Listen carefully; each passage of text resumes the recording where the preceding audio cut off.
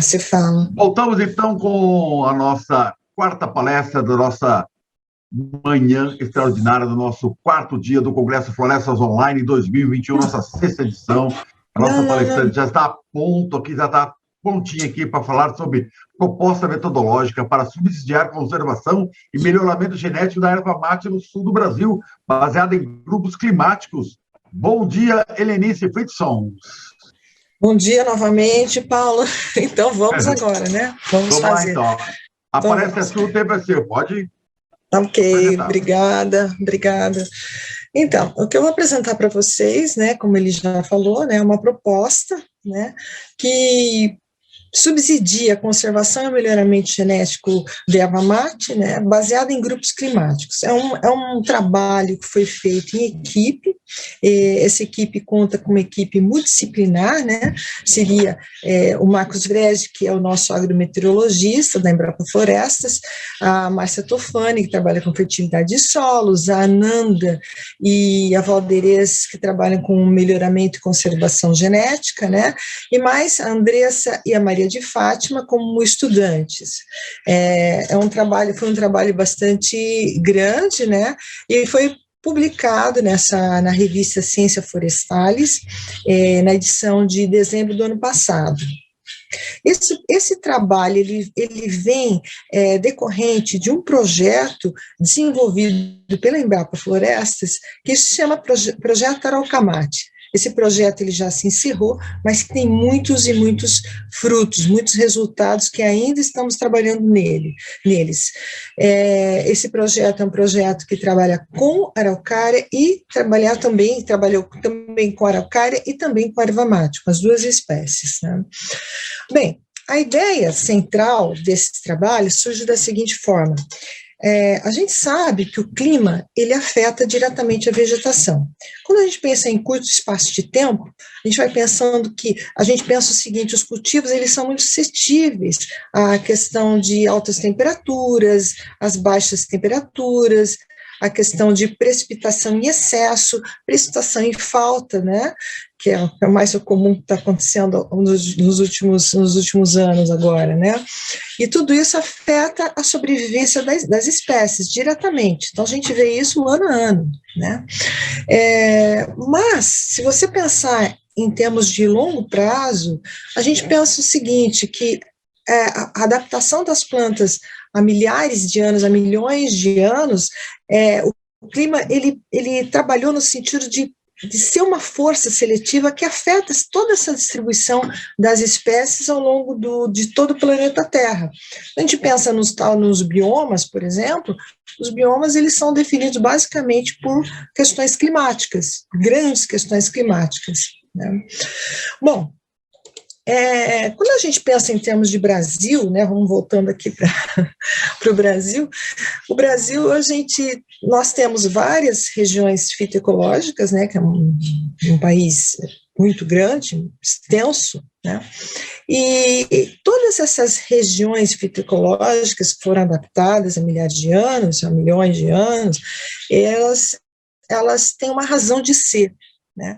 Mas se você pensa em termos de, vamos pegar aqui o paralelo abaixo do Equador, 5 graus negativos, né? Menos 5.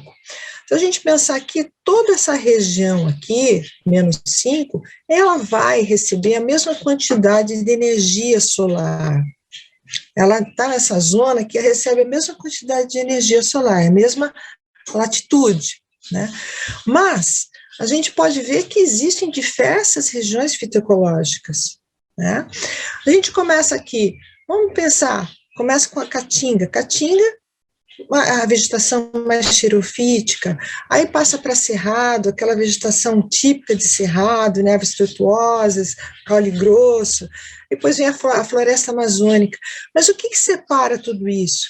A gente vai ver que, apesar do grau térmico, a quantidade de energia, a temperatura não mudar muito, toda essa temperatura está acima de 20 graus, 20, 22, 23, 25, 27, mas a questão da precipitação varia bastante. Então, a gente pega a Caatinga, por exemplo, com uma precipitação de 500 milímetros, 600 milímetros anuais, né?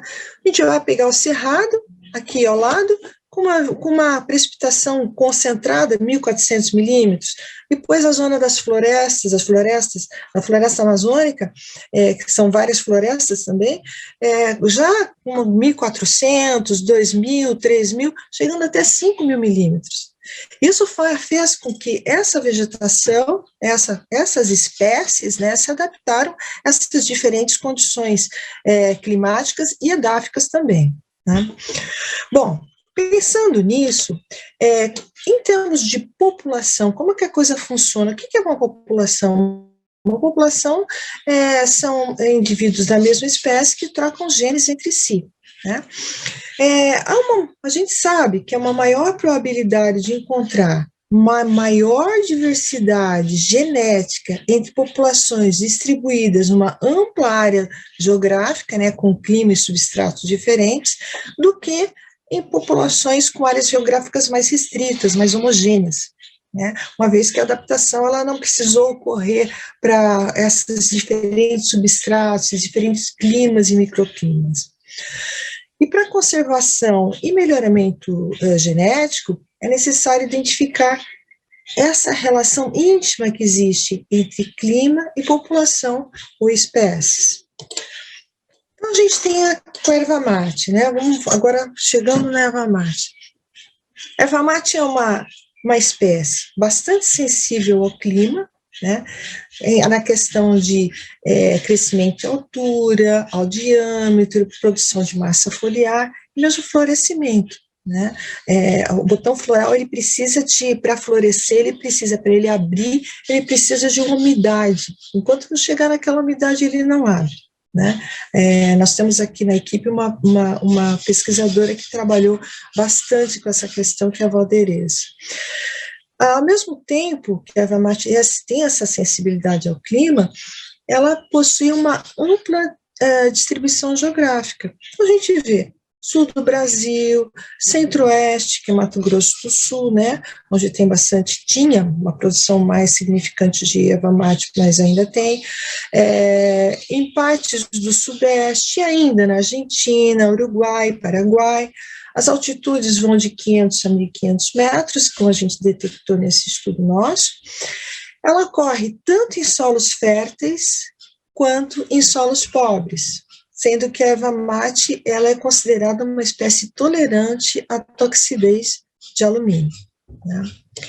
Então, quando a gente vê a distribuição dela aqui só no Brasil, a gente vai ver, então, toda a região sul, todos os estados da região sul.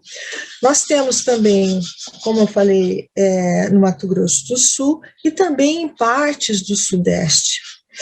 Quando você pensa em termos dessa distribuição de erva mate em todos esses locais, a gente imagina assim, mas espera aí, será que essa erva mate não tem diversas populações? Será que o material genético não é diferente, não separa, não é possível separar populações dentro dessa ampla região?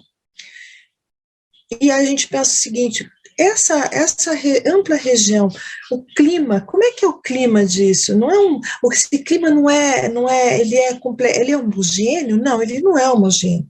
Nós estamos falando de uma extensão enorme de terra, né?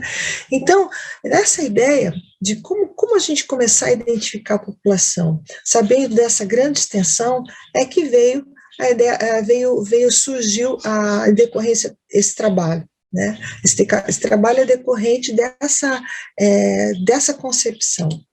Então, o objetivo do trabalho foi quais os grupos climáticos que nós podemos identificar só focando na região sul do Brasil, né? A gente focou na região sul do Brasil. Quais os grupos semelhantes climaticamente? Para começar a pensar na questão da prospecção, né, genética das populações. E, por outro lado, como identificar esses grupos? Como caracterizar melhor esses grupos, né? Através, quais os parâmetros climáticos que definem esses grupos diferentes, né? A gente sabe se o que está por trás disso é que em grupos com climas semelhantes é possível fazer uma prospecção genética, como eu já falei, identificar populações fazer estudos da interação genótipo-ambiente e, com isso, trabalhar com melhoramento e conservação. Então, nós partimos para desenvolver esse trabalho. Esse trabalho foi desenvolvido de duas formas, né? Basicamente de duas formas. Uma é uma localização geográfica dos pontos de ocorrência natural da erva mate. Todos os pontos de ocorrência natural, foram obtidas as coordenadas geográficas. Por outro lado, né, de outro lado, caracterização climática de cada ponto. Cada ponto que tinha identidade geográfica, a gente foi feito a caracterização do clima. Tudo isso entrou dentro de uma estatística multivariada, que eu vou explicar um pouquinho mais para frente, e saíram, né, como resultado, os grupos climáticos.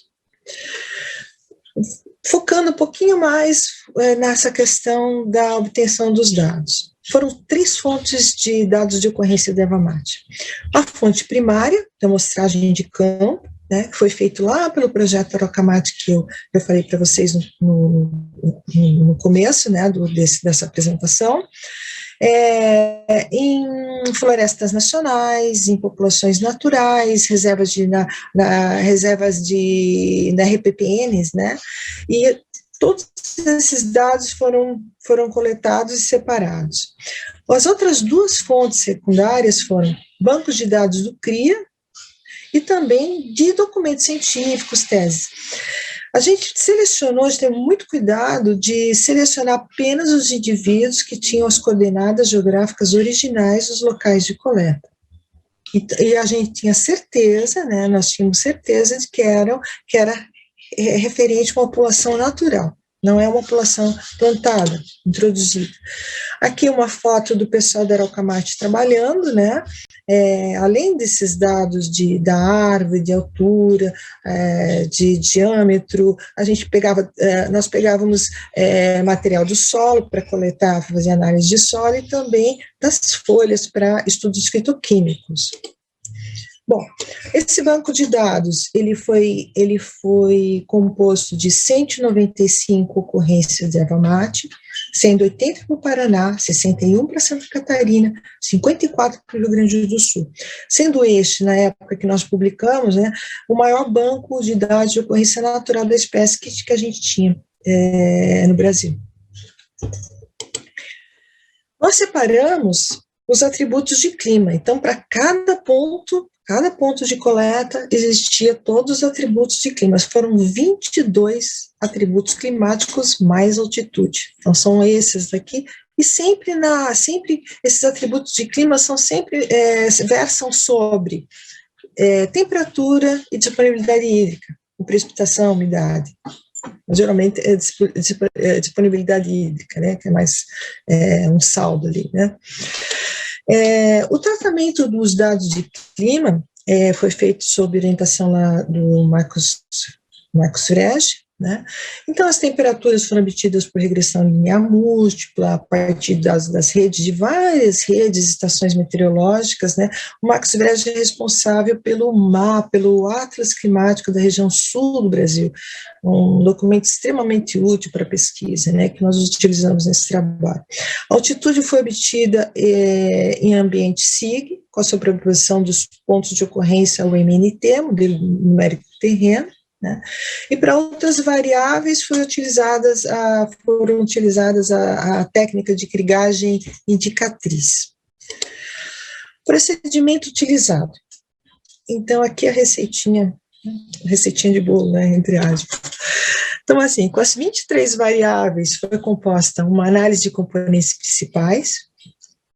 Para que essa análise de componentes principais? Para separar daquelas 23 variáveis, que eram bastante, né, quais eram as realmente mais importantes, quais eram as que realmente apresentavam maior variabilidade.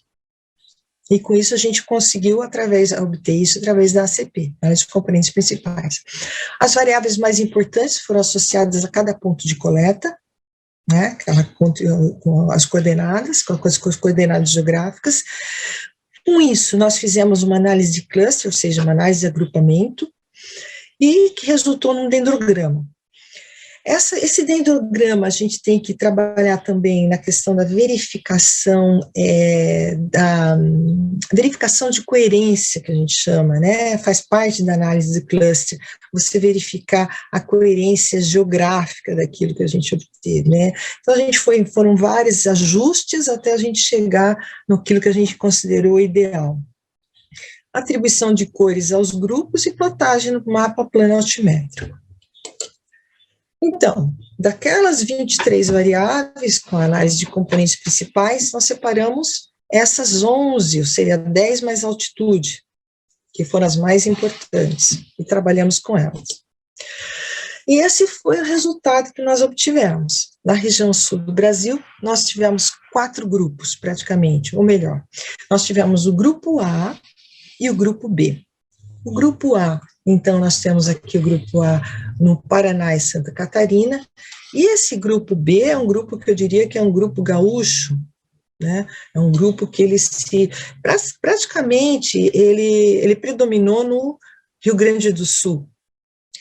Nessa análise, a gente pode ver o seguinte, que a gente separou ainda, tem o grupo A1, o A21, o A22 e o B. Então, o grupo A é diferente do grupo B, o grupo A1 é diferente do grupo A2 e o A21 do A22. Né? Existe uma hierarquia, são grupos hierárquicos em termos de diferença. Aqui são os parâmetros climáticos de cada dos valores médios dos grupos, né, que nós obtivemos, e aqui eu vou falar um pouquinho de cada grupo. Então, nós temos o grupo A21, né, que é esse grupo aqui em laranja, aqui, ele está no primeiro e segundo Planaltos do Paraná, mas também no norte, noroeste de Santa Catarina, né, nas partes quentes aqui, localizado, e também, peraí, gente, deixa eu voltar um pouquinho, anterior, desculpa, eu voltei. Então, o terceiro, esse grupo laranja, ele está nessa parte aqui no terceiro Planalto Paranaense, está próximo ao Trópico de Capricórnio, uma região de transição climática entre a região tropical e subtropical, né? Em Santa Catarina, ele está aqui nessa parte oeste de Santa Catarina, né? Ele apresenta como grupo uma precipitação em relação aos outros grupos, né? Sempre vou falar de forma comparativa, uma maior precipitação de verão, menor de inverno, menor número de horas de frio, e risco de geada de 38%, ou seja, em cada 10 anos, 3,8 anos com 3 anos, quase 4 anos com geada. As temperaturas mínimas e máximas, elas são mais elevadas. O clima da classificação de Köppen, a gente tem o clima CFA e também o CFB. É o grupo mais quente, né? Nós temos, que a gente separou. O grupo A21, ele é esse grupo vermelho, né? Ele está no primeiro e segundo Planalto do Paraná, mas também aqui no norte, noroeste, nordeste de Santa Catarina, né? E também tem um grupo, uma parte isolada aqui, que seria da Serra do Mar até os flancos da Serra Geral. O risco de geada aqui aumenta, foi de 63%, e o clima predominante é o CFB, é mais frio que o anterior. Aí a gente tem o grupo A22, que é essa parte branca, né? Ocorre no Planalto Meridional de Santa Catarina, na porção central e sudeste. Esse é o grupo mais frio de todos, né?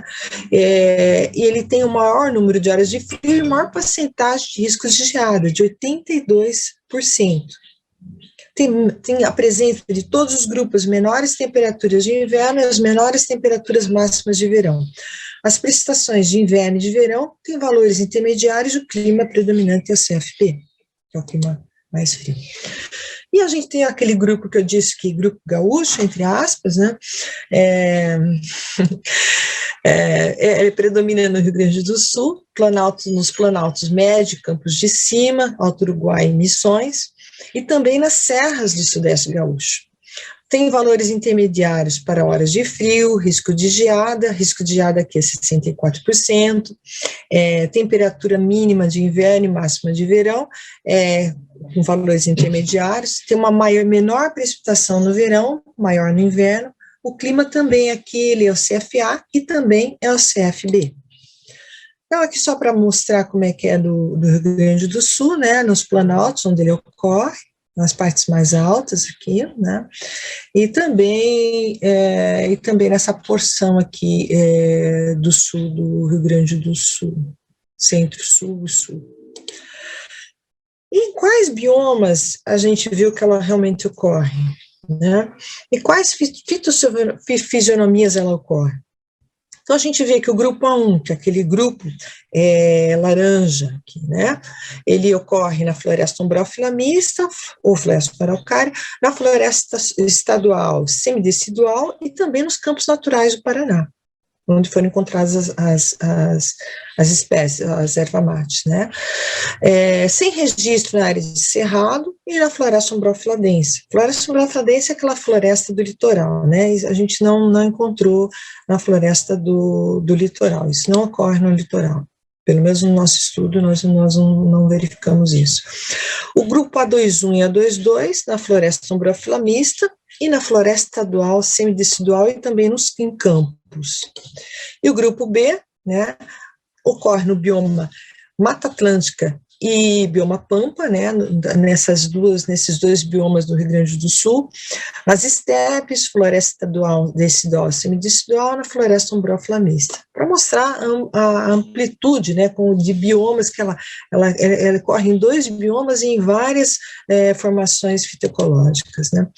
Então a gente vê que a erva mate, fechando um pouquinho essa ideia, ela ocorre em diversas fitofisionomias, diferentes classes de solos. Imagine que a distribuição, quase essa distribuição, essa expansão, né, distribuição bastante ampla, ocorre em várias classes de solos, né, muitos solos diferentes climas, CFBA, CFB, adaptada a diferentes condições edafoclimáticas. Então, o que leva à ideia de que ela tem uma ampla diversidade genética e provavelmente com muitas populações. E agora a gente eu já vou passando já para os finalmente, né, dessa apresentação, e falando o seguinte, que esses grupos climáticos que nós obtivemos no trabalho, eles podem ser priorizados para estudos da interação genótipo-ambiente e para melhoramento genético, né, no caso, estudos da interação genótipo-ambiente para melhoramento genético, mas eles podem ser utilizados também, esses grupos, para conservação genética, localizando nesses grupos climáticos os bancos, colocando os bancos ativos de germoplasma, e para conservação in situ da espécie, né, e das populações. Outra observação que a gente tira desse trabalho é que, considerando as mudanças climáticas, deve-se identificar novas zonas de adaptação para a espécie no futuro. Isso aí é um trabalho também que está sendo feito, que já foi feito também pelo Marcos Frege, mostrando a tendência, né, de onde essas populações naturais elas poderiam se deslocar, entre aspas, né, ou ficarem, né, adaptadas nesses novos cenários de mudanças climáticas, né, que a gente vê o seguinte, que em toda a região estudada, a erva mate ocorre nos locais mais frios, mas ela não ocorre, por exemplo, na parte da floresta da Serra do Mar, né? Ela não ocorre nessa parte da floresta umbrófila densa, né?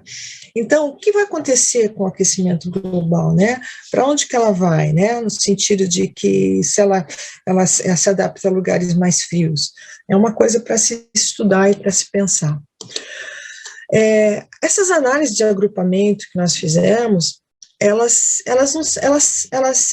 foram feitas para esse trabalho, mas elas podem ser modificadas, elas podem ser aprofundadas, elas podem ser setorizadas, né? Desde que você tenha um maior número de pontos de dados de ocorrência natural.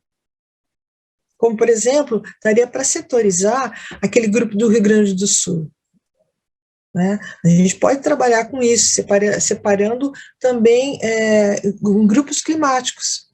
É possível, é um trabalho que ele permite uma evolução desde que você tenha maior número de dados de ocorrência.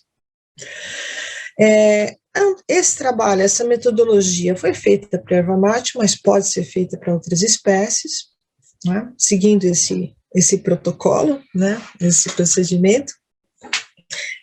A identificação do clima e genótipo das populações de erva mate pode ser a base de outros estudos, como, por exemplo, aqui eu não coloquei, estudos fitoquímicos, né? Qual é a relação entre o clima, as populações e as propriedades químicas, né? As propriedades químicas, fitoquímicas, no caso. É um estudo que está sendo desenvolvido pelo projeto Araucamate também, né?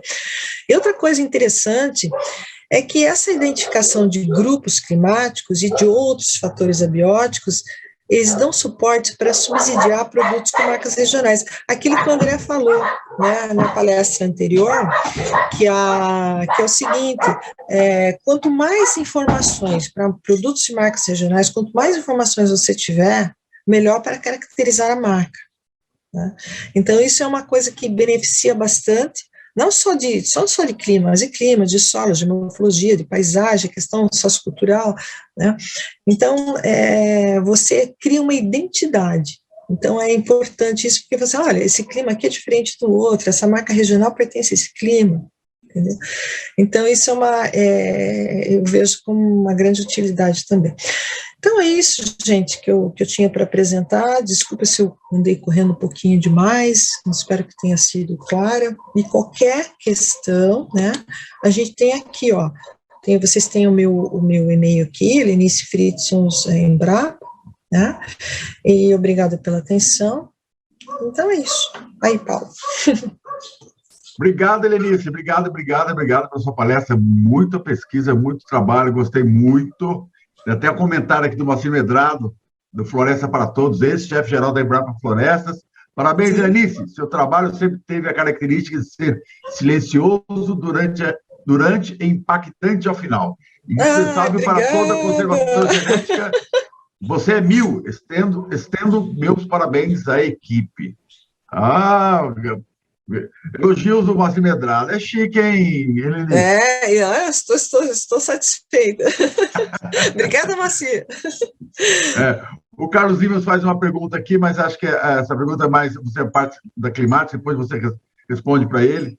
A Vitória Stefano, parabéns, amei. Luiz Vilati, muito obrigado. O pessoal está elogiando aqui, mas como a gente teve problema da internet, caiu a internet e nós tivemos problema também de adiantar da hora, eu vou pedir para você depois responder as perguntas aqui no chat. Aí, ó, Luiz Vilati, parabéns pela palestra, Helenice. Eu coloquei já aqui no chat o seu e-mail, né, helenice.fritzons@embrapa.br, para as pessoas entrarem em contato com você, porque a gente está bem adiantado da hora e daqui a pouco vai chegar a hora do almoço, começa a falar, estou com fome, eu sei disso. Gente, então, Helenice, muito obrigado pela sua participação. Eu queria agora as suas considerações finais. Olha, Paulo, eu só tenho a agradecer, né? É um espaço muito importante que você abre aqui para a gente divulgar nosso trabalho aqui da Embrapa, né? O trabalho de uma equipe toda envolvida, e eu fico muito feliz de poder divulgar esse trabalho, né? E de ter toda essa atenção aí desse pessoal que está assistindo também. Muito obrigada, gente. Obrigada pela paciência também. Então é isso. Obrigado, Helenice, muito obrigado. Eu gostei que teve, no final da sua palestra, teve trilha sonora, né? Os cachorros ficaram latindo aí na sua casa. Ai, gente, desculpa. Não, ótimo, eu adoro isso. Tá bom. Tá bom, obrigado então para você, obrigado a todos. E eu vou pedir para o nosso diretor, o Arthur, rodar a vinheta da nossa próxima palestrante, a Júlia. Já está na linha. Obrigado.